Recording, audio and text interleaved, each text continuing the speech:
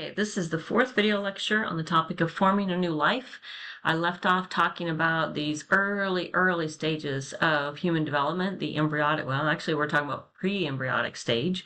So the zygote, you'll remember, is the 23 chromosomes from dad, the 23 chromosomes from mom, and as the zygote develops, for the first 2 weeks, we'll call this the germinal, right? So we're kind of like germ, right? The zygote develops for a little bit, and then eventually, after 3 or 4 days, it will implant. It'll implant into the uterus, and it's at this point that it's the implantation. Now a woman is officially, well, I guess you would consider her, well, anyway, now once you implant, but only about 10 to 20% of fertilized eggs actually implant. The rest of them just flush themselves out of the uterus. This is what we would then call, up until after 2 weeks of this implantation, we're going to call this the embryonic stage. And so between 2 and 8 weeks, this is a critical, we call a critical period. In another chapter, we talked about, or we will talk about, how there are different stages of development that are critical, or sensitive periods, sometimes they're called. These are the periods where certain kinds of development or certain kinds of outside forces have the greatest effect, and that would be this critical period is certainly one of them. And a lot of women don't even know that they're pregnant by 2 to 4, unless you're trying to get pregnant, but 2 to 8 weeks. And so the developing human is really sensitive to environmental toxins and teratgens and these kinds of things.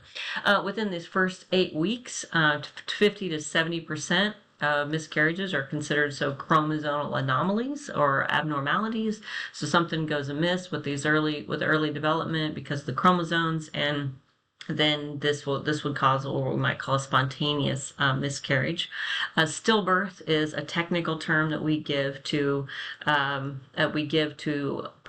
baby that is born after 20 weeks. So up until 20 weeks, we call that a miscarriage. After 20 weeks, we call that a stillbirth.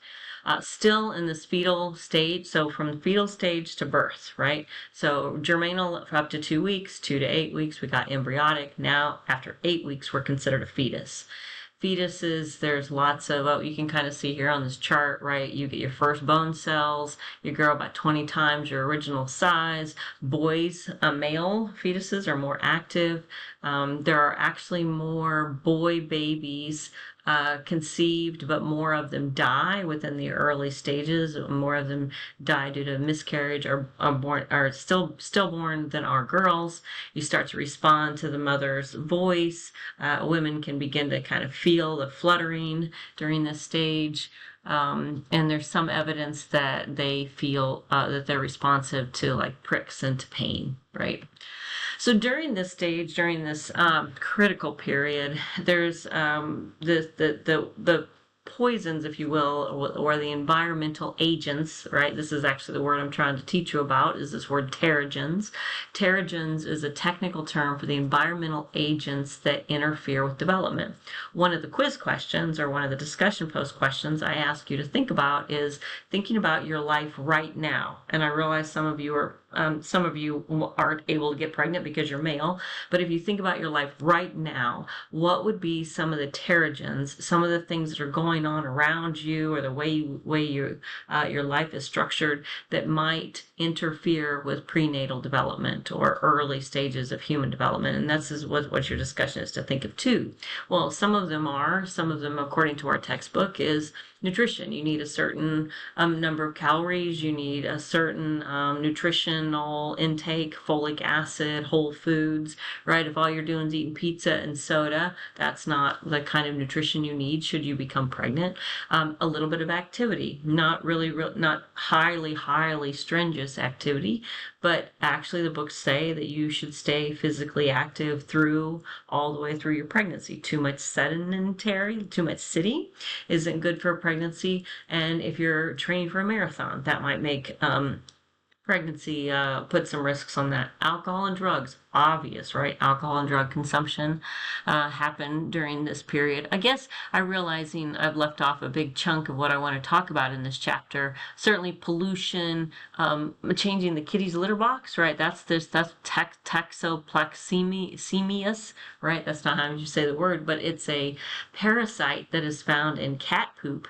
And so pregnant women are told to avoid cleaning out the cat box so they don't inhale this parasite that can then have potential effects on their offspring.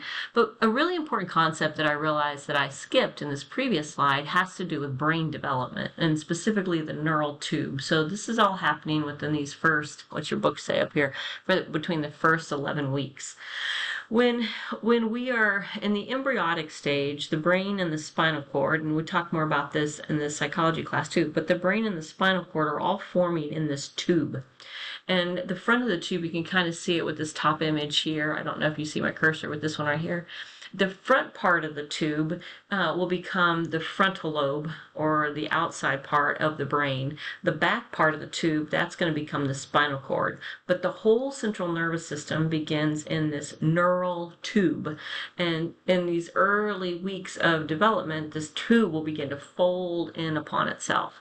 So when you start talking about things like structures of the brain, you got the forebrain, midbrain, hindbrain, right? What you're really talking about is if this is the front part of that tube, the middle part of that tube, or the back part of that tube. And because it kind of folds in on itself, it doesn't, to me, doesn't make a whole lot of sense. In the psychology class, I talk more about the brain structures, but lots of things can go wrong in the development of this tube. And one of them that can go wrong, so you got your brain folding up, then you have the bones that are going to have to heal, there's going to have to grow around the brain. We call that the skull. The bones that are going to have to grow around the spine. But lots of things can go wrong. I don't mean lots of things can go wrong. One of them, for instance, like this first image here of this one right here where the baby's back, is if the spine does not grow, if the vertebrae does not grow around the spine and the spine sticks up, that's what we call spina bifida. And that can, then surgery is required to get this very delicate neural tissue inside the spine, because that bone is supposed to be protecting the spinal cord.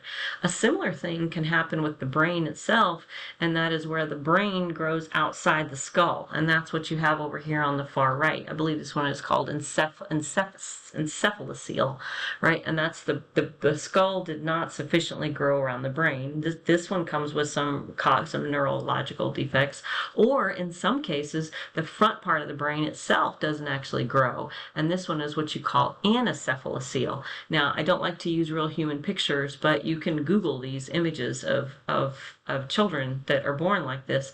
Now, with the encephalocele, surgery might be able to can potentially build the skull around the brain.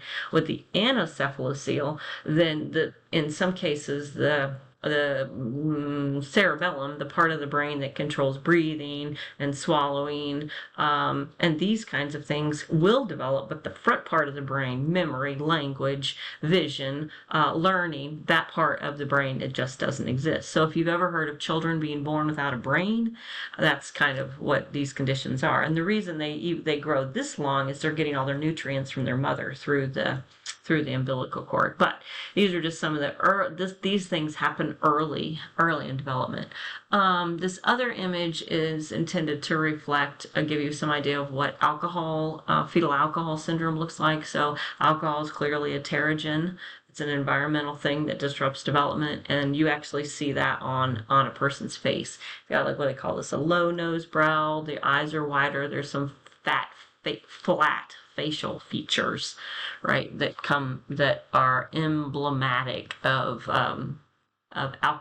fetal alcohol syndrome. And they call it a syndrome because it's a lot of different things. One of the things that's mentioned in your textbook that we can't also forget is that just as eggs can have some genetic deformity, so can sperm. You get half of it from your father. I don't think you can see it because it's behind my image there, but about half of birth defects. What does it say? Miscarriages in these early stages are caused by defective sperm. And then some of the ways that they're defective, like they can have two heads, they can fail to to swim. So there is some estimates that at least half of birth defects in these early chromosomal stages are caused by defective sperm. It's not just because of her eggs, which is has to do with, okay, anyway. This is what I think I talked about before. Quality sperm matters, teratgens, radiation, poisons, the same things that can disrupt egg development or can also be disruptive to sperm. Gosh, there's even some industries like iron industry, steel industry, working around lots of pollutions in the airline manufacturing. These can mess up sperm, and it takes about 74 days for them to replenish.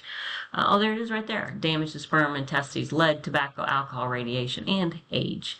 Okay, well, I think this wraps everything up. I hope I remember to cover everything in this chapter. The key things: know about teratgens, know about sex-linked traits, 23 and 23. You see the passive,